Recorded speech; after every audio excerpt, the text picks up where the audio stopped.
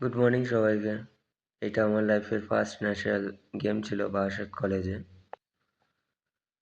দাদা ট্যানিং করাচ্ছিল, গলুও একটু ট্যানিং করে শোকাচ্ছিল, টেনশানে ট্যানিং উঠে যাচ্ছিল, ঘাম হচ্ছিল বেশি, একটু টেনশানেও ছিলাম। বডি কন্ডিশন পুরো ওয়াটার ড্রপ ছিল পুরো।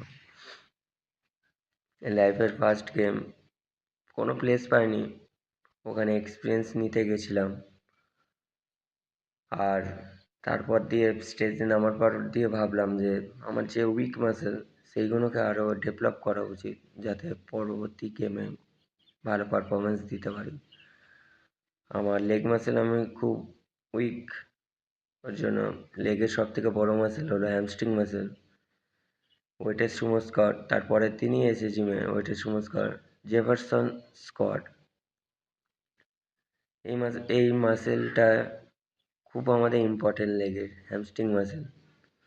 পিছনে উনি ক্যামেরা করছে, উনি আমার লাইফে খুব একটা গুরুত্বপূর্ণ পার্ট, যার জন্য আমি এই জায়গায় এসেছি।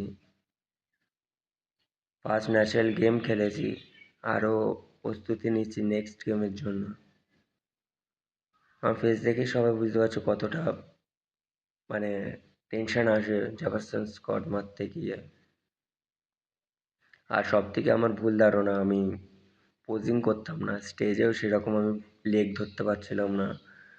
তো সবাই যারা যারা বডি বিল্ডিং করো করো, যে কোনো এক্সারসাইজ করবে, করে যে এক্সারসাইজ করছো তার পোজিং করবে। চলো টাটা।